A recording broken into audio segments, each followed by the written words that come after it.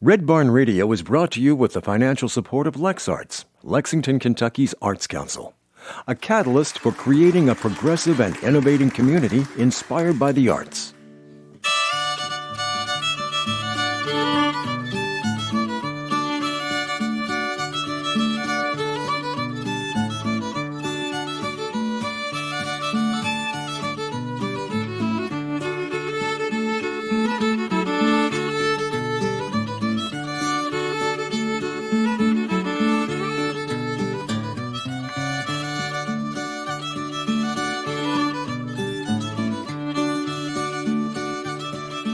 From the horse capital of the world, Lexington, Kentucky, this is Red Barn Radio.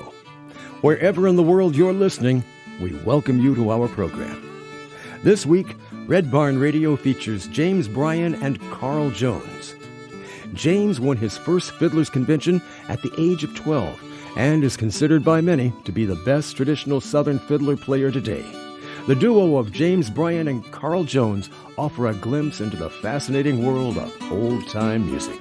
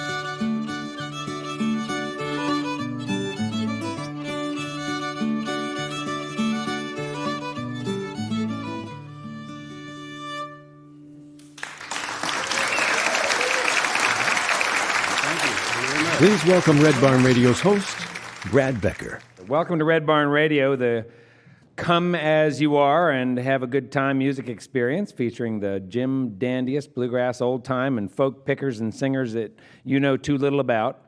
If you're tuning in and don't immediately recognize the names of some of the performers on this or any given night, it's because Red Barn Radio brings to the airwaves artists who are so talented and uncompromising in their efforts to create and record authentic music. We like to say that they fly below the radar. Tonight's guest artists are good examples of that. James Bryan and Carl Jones are here. James is considered by many to be the best traditional Southern fiddler playing today. Touring with him is Mr. Carl Jones, who plays guitar, mandolin, and banjo, and does some great singing. Ladies and gentlemen, please give a warm Red Barn Radio welcome to James Bryan and Carl Jones. Welcome, fellas.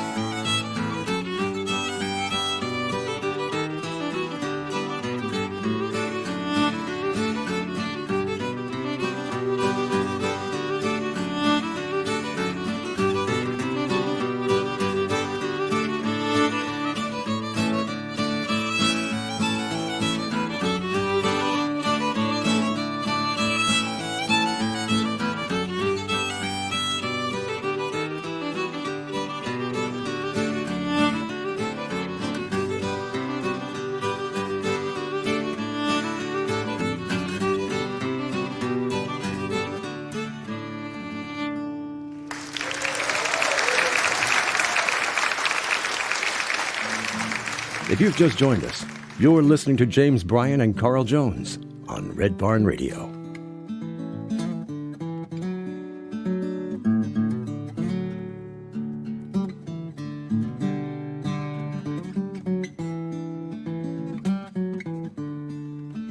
I wish I was a little garden out by the fence beside the trees, and that my only job was growing, hanging out with all the birds and bees. And any dark clouds would just make me happy, because I know just what it means, like a wish made and a dream come true, after the rain comes and washes me.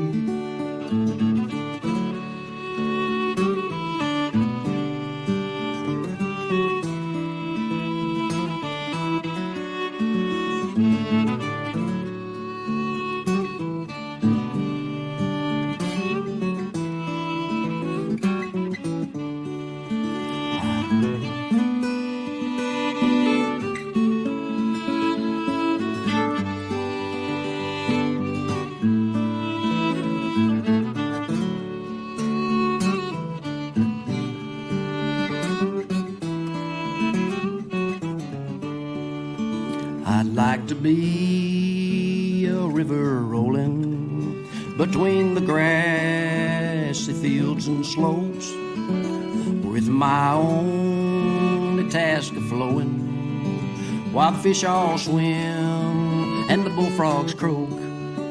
The sound of thunder just make me giddy, because I know storm soon would come, and I'd be made strong just sitting pretty, after the rain fills me up and helps me run.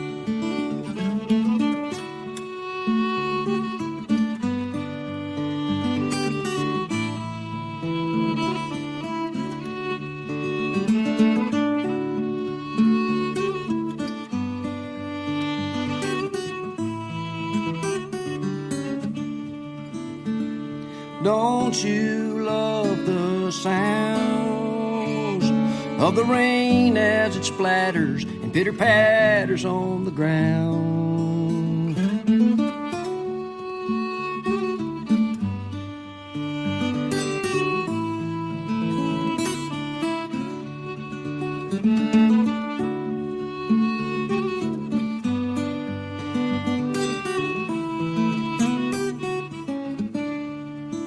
I wish I was a little garden out by the fence beside the trees, and that my only job was growing, hanging out with all the birds and bees. Any dark clouds would just make me happy, because I know just what it means, like a wish made and a dream come true, after the rain comes and washes me, like a wish made and a dream come true.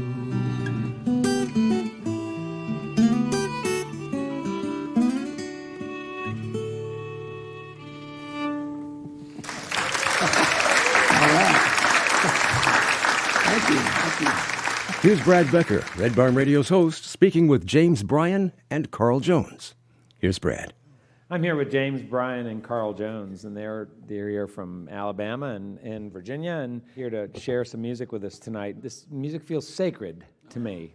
It does. We hear old-time music played in so many different ways, and it can sound so raucous and secular, and then at once so pastoral, sacred, and spiritual too. And that is what your music feels like to me. Yeah, there's pastoral and pasture music. There's two different kinds, but we may do some of both for it's over. Well, we like it all here, and thank you all. It's just beautiful. And you're mixing up your set list. I'm going to mix up my script, too, because I was going to start by talking with James, and I'm going to start by talking with you, Carl. Uh-oh. Can you talk to us a little bit about yourself as a singer and a songwriter? Have you written a lot of songs? Ever since I was about 10 years old, I was driven for some reason to make up stuff. When I went to college in Alabama and got to know James here in the 70s, I guess was the onset of that, it was in Muscle Shoals, Alabama. They had all the studios. In Florence, Alabama, a little university I went to, that they started a program in commercial music where you got to go hang out in the studios. I focused more on hanging out in the studios than actually learning some things I should have, the publishing and the business side. But got to hear great songwriters for many, many years, and it was really inspiring. Some that's done, Mac McAnally is one who plays with Jimmy Buffett now as a sideman. He was there getting started and writing songs for, Steve Goodman and you name it. Oh, wow. A lot of great writers. Steve Goodman died a young man, didn't he? He did, yeah. But I got to hear him play, and that was neat. That's Inspiring to hang out and just watch people do they treated it like a craft. What I thought songwriting of an art more than just making up little ditties all the time. Well, I still think of it that way too. But So when you say that they thought of it as a craft, that was not sort of formula oriented. Is that what you mean? Well, there was definitely that aspect Sure. too. I mean, there was guys signed to contracts for the studios, and they Yes. cranked them out. Definitely, they'd look at the classifieds and for any way to get new ideas, and they'd write a song like, that's the way that Cookie crumbles, and Cookie would be a waitress or something. And, the next trying to go get the next George Jones hit. Yeah. But some of them just did it because they were driven to and just were inspired by little things, which I try to keep my eyes open for that. Yeah. Do you have some kind of a regimen that you use to keep up with your craft? That's a good question. I think my regimen is just try to make up stuff all the time. I don't get up early in the morning and try to write, like Red Skelton used to say, write a song a day, I think. So I don't do that. I wish I could do that. But I do try to just look around and write songs about anything. I think a great song can be written about anything that might be trivial. You can still write a great song about it. Keep notebooks? I do keep notebooks and jot stuff in there. But unfortunately, my organizational skills are quite low. So I have a lot of notebooks with just a little bit in them all over the place.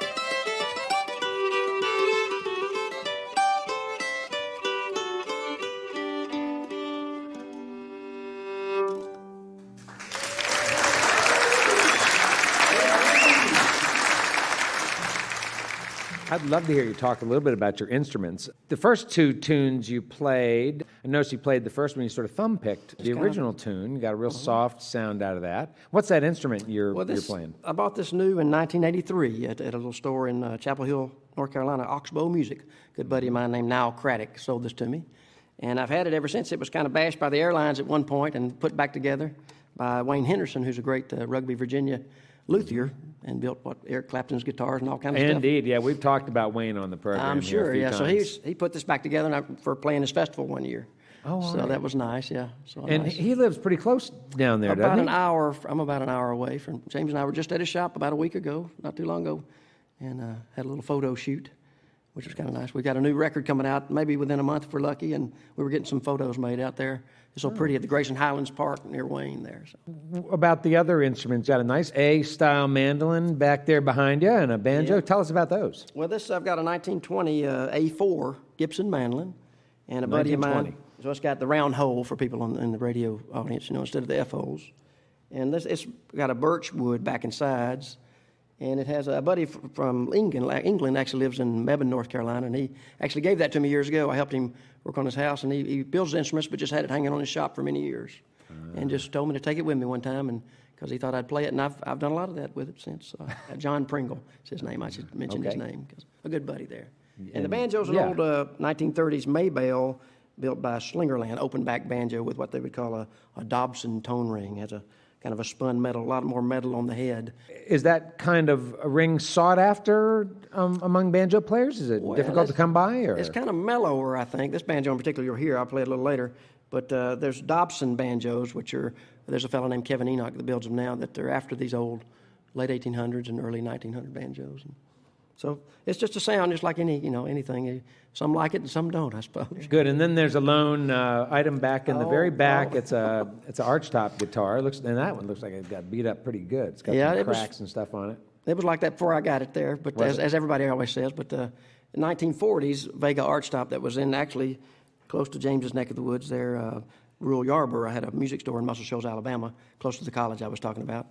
Mostly a bluegrass store, but he had this one odd guitar in there, hung for a long time, because it's an archtop with F-holes, and he had mostly the big dreadnought bluegrass, big boomy bass guitars. So that hung there for a long time, and finally we rescued it, so to speak. Is that archtop instrument made out of fancy woods, or would you say not? I don't think. I think I was told that Martin and Vega in the 40s may have been a joint venture at one time. So a fellow named Charlie Rosser told me that, and he was kind of a Martin collector. So I'm not sure if that's true or not. But I think it's pretty nice wood, nothing too fancy. Yeah. It's got a good sound. We'll use it in the second half maybe first. We'll see. Oh, all right. Well, good.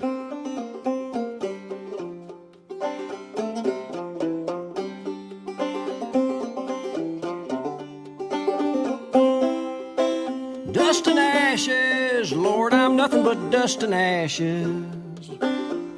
Except for these two guiding lights that blink gently in the night, color of moons.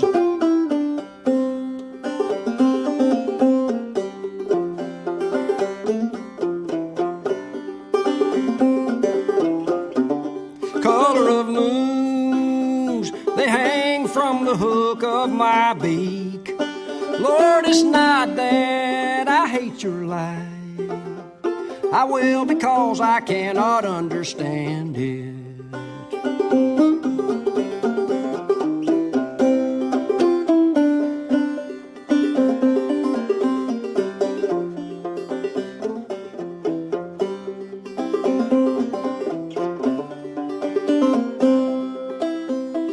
Enemy of the creatures of darkness that pillage your crops, my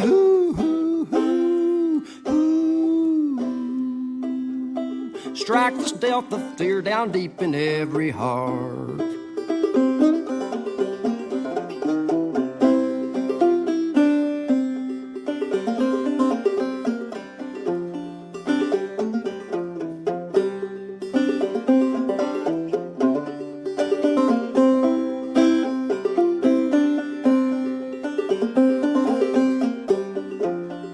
Dear God, one day will it awake your pity?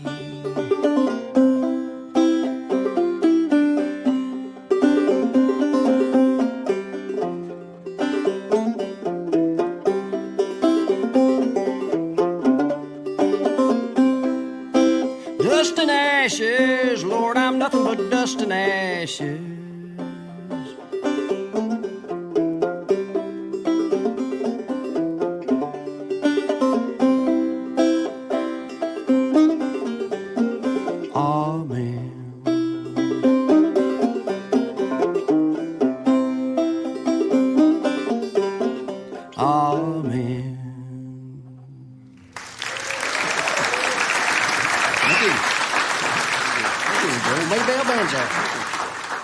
James was picking out a fine tune over there, I know. Well, I'm just wondering if we've got another one. Oh, you got a lot of them. What would you like to do there? I guess we're going to take a little break after this. Let's just play the Kansas Waltz if you want to. Good we choice. didn't do that yet. I knew he would come up with the perfect selection. I got this one out of an old book. It was just a Xerox somebody made for me, but I think it was Elias Howe, maybe one of his publications back in the 1800s. Yeah, so been playing this for a while. The Kansas Waltz.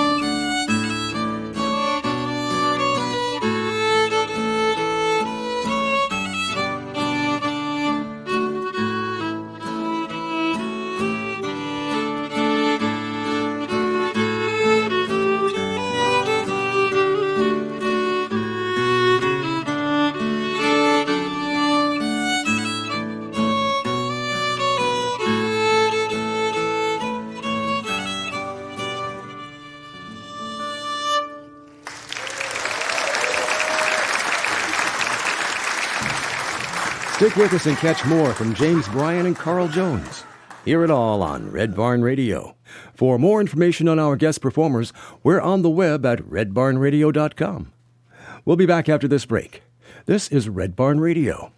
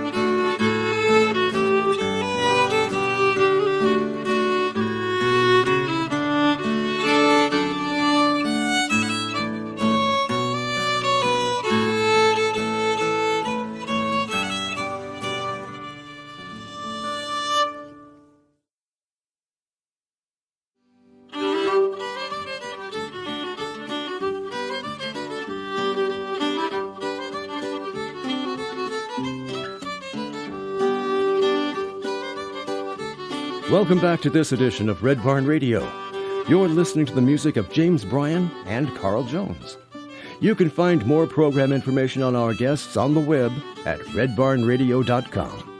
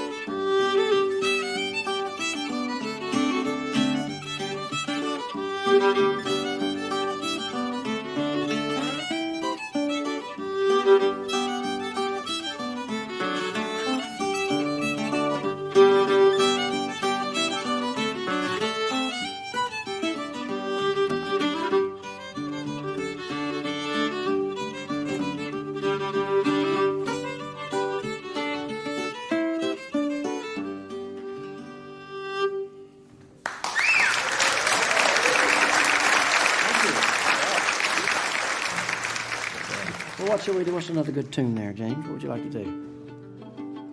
You feel like trying a Doc Roberts tune? Oh, Doc 'Cause we're in, Roberts, yeah. Doc Roberts country here, sort of. He's one of the great Kentucky fiddlers. I guess the first Kentucky fiddling I was aware of was bluegrass, you know, here in Bill Monroe, and I always really liked their fiddling, and Kenny Baker, of course, but the first one I got exposed to on 78 records, I like to collect old records, and that was Doc Roberts, and it was really a revelation to find out about him. He's so great, and He's pretty smooth. yeah, pretty great. His son was also a great entertainer, I guess, James Roberts, and he was married to Martha Carson at one time, James and Martha. But, and he also backed his dad up on a lot of those 78s, Asa Martin.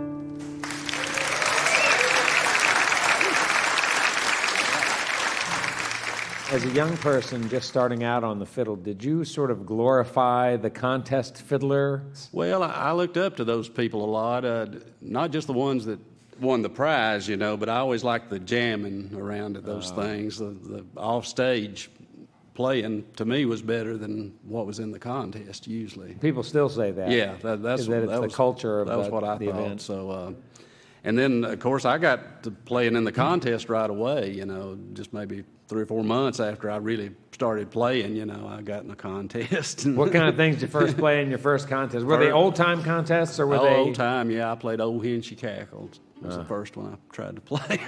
And I don't play it now, But. That was my next question, is could you play it? There are a lot of great versions of that. And that's called what? The Old Hen Cackled. Oh, the Old Hen Cackle. The Old Hen Cackled, yeah. Not like Cluck Old Hen. No, it's a different one. So those are sort of your teen formative years. And then in a sort of timeline I don't fully understand, you had an opportunity to play, learn some, get to know Kenny Baker, play with Kenny Baker. Well, I met him when I was about 14, and he'd gone back to playing with Bill Monroe. Okay. I think in 1968, maybe. We started hearing him on the Grand Ole Opry. We'd tune in just to hear Kenny Baker, It was he was just playing so strong then, he sounded better than the records did. And I'd really been into Monroe records, really liking that. So we went to Bean Blossom in 1969, my dad and I. And we just slept in the car. We didn't have a motel room or a tent or anything. And it was just 4 days that time, so we were there 4 days and got to meet Kenny and Tex Logan and just a lot of fiddle players. Just saw everybody, just Reno and Smiley, and everybody was there. It's just, you'd leave one of those in the places, and I'd just be really fired up wanting to play. After that, and so the next year I went back in '70, I think, with a friend, and I'd been going to see Kenny Baker some, and he'd slow stuff down for me, and he helped me a lot, learning tunes and everything. And we're not talking about recordings. Yeah, he lived in a little motel at Goodlettsville at that time, and I'd go up and stay, a weekend, 3 days maybe, and on spring break I went up and stayed all week. And Joe Stewart was in the band then. He was a great guitar player. He and Kenny were really good, and I'd get to hear them play, and they'd go to this club. I can't remember the name. I can't remember the club, but they just sit there and play, But I was just 14 or 15, but I'd hang out in all those places. Not the kind of education a lot of parents want for a 14-year-old. Well, no, I was lucky that my dad would take me up there and just leave me and come back and get me whenever. So your dad knew what you were getting out of it. I think so, Yeah. and he knew I wasn't going to be good for much else. I think he worked in a steel plant. See, was what he did. He worked there for 39 years at Guest, and so he advised me not to do factory work if I could help it. And I've succeeded so far. So, of course, there are no factory jobs now anyway. So I came out ahead.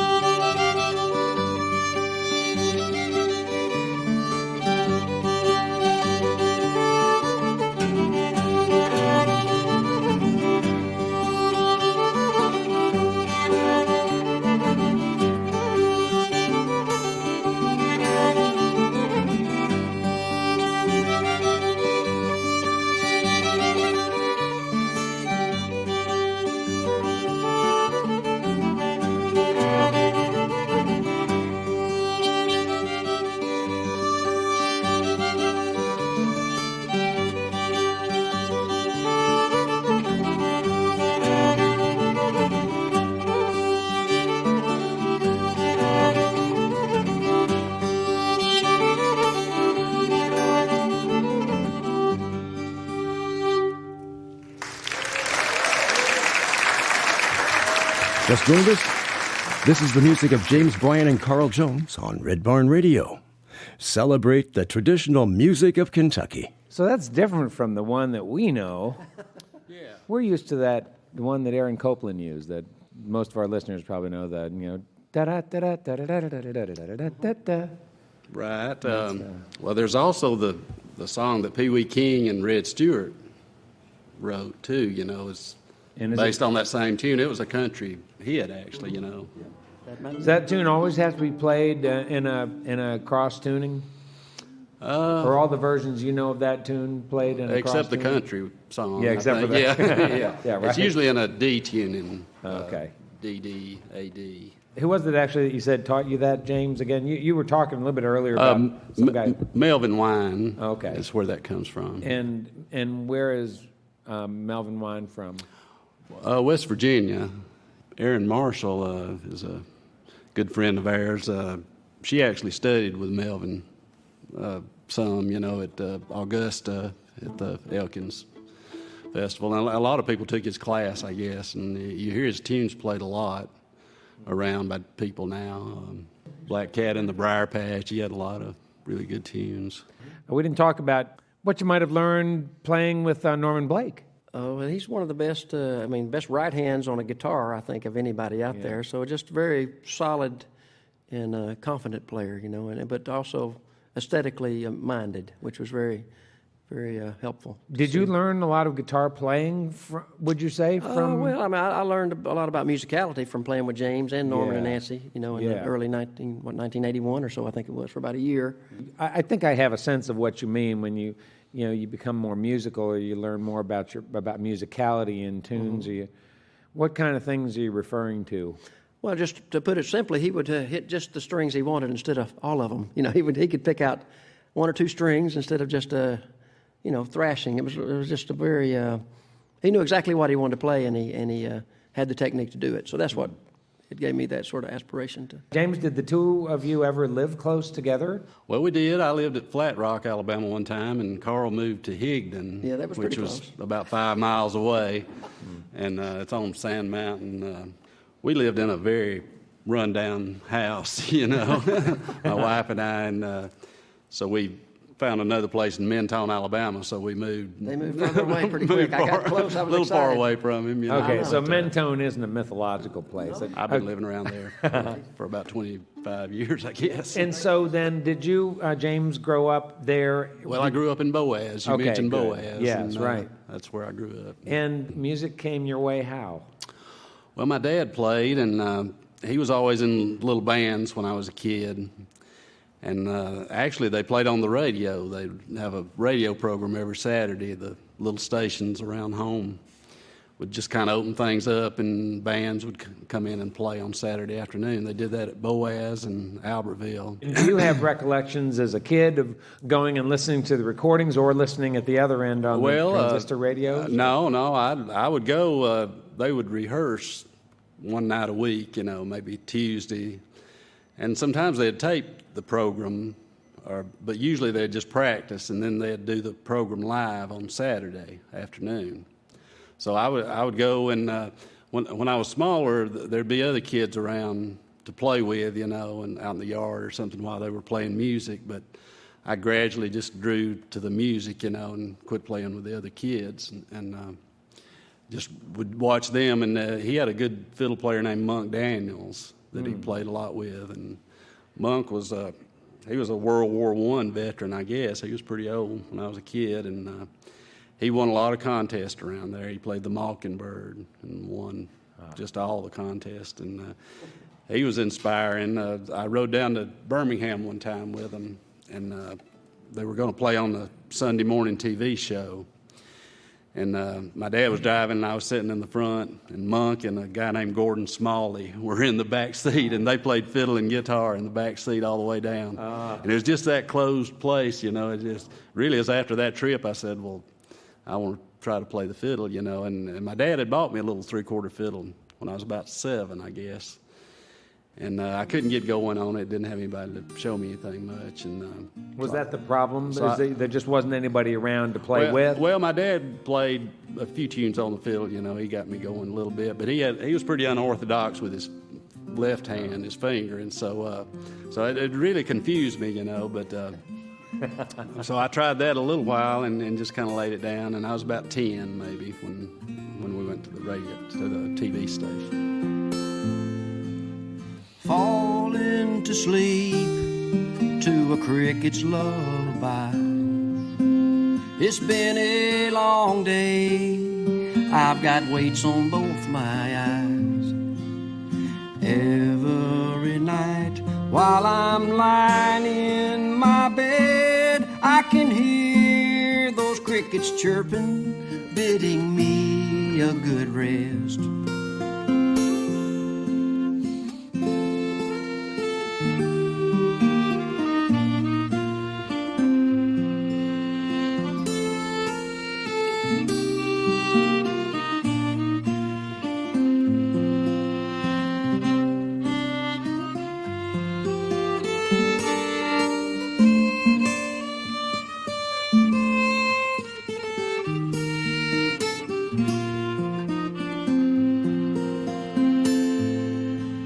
The sun's going down, now it's evening once again.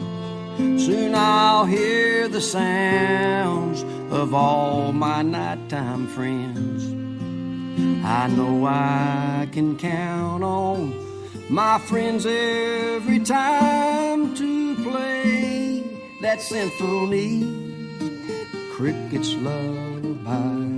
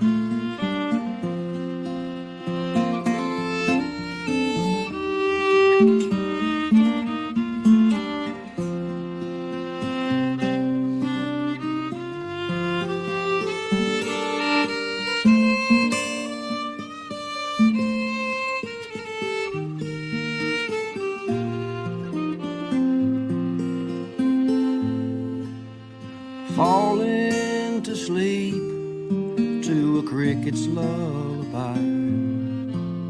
It's been a long day, I've got weights on both my eyes.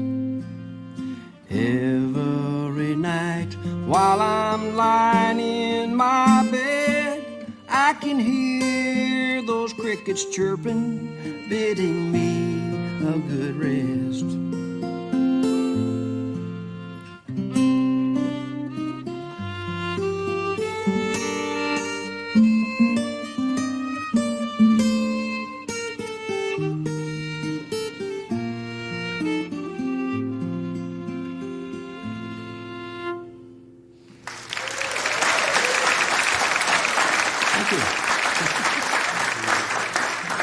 You've been listening to James Bryan and Carl Jones on Red Barn Radio, and we are so thankful they were able to come and be with us tonight. Again, thank you, fellas, for coming. Great music. I am Brad Becker, the host of Red Barn Radio. Until we meet again, go well.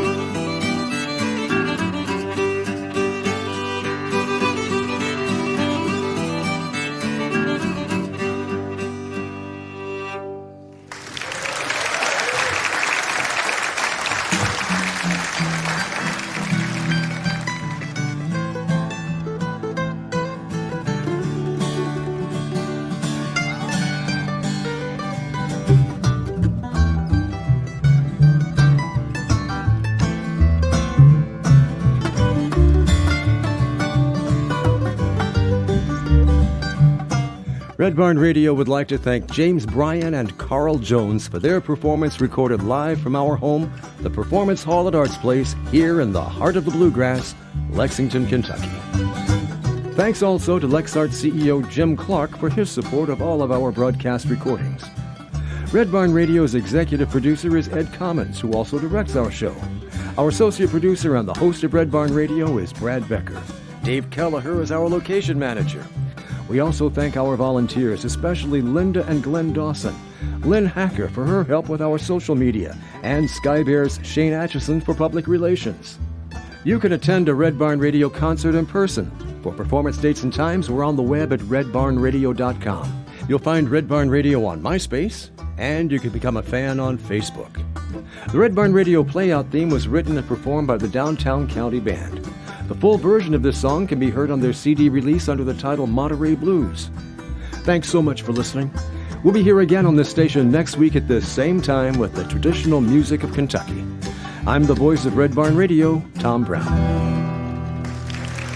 Red Barn Radio has been brought to you with the financial support of LexArts, Lexington, Kentucky's Arts Council, a catalyst for creating a progressive and innovating community inspired by the arts. Red Barn Radio is a production of Red Barn Radio, LLC.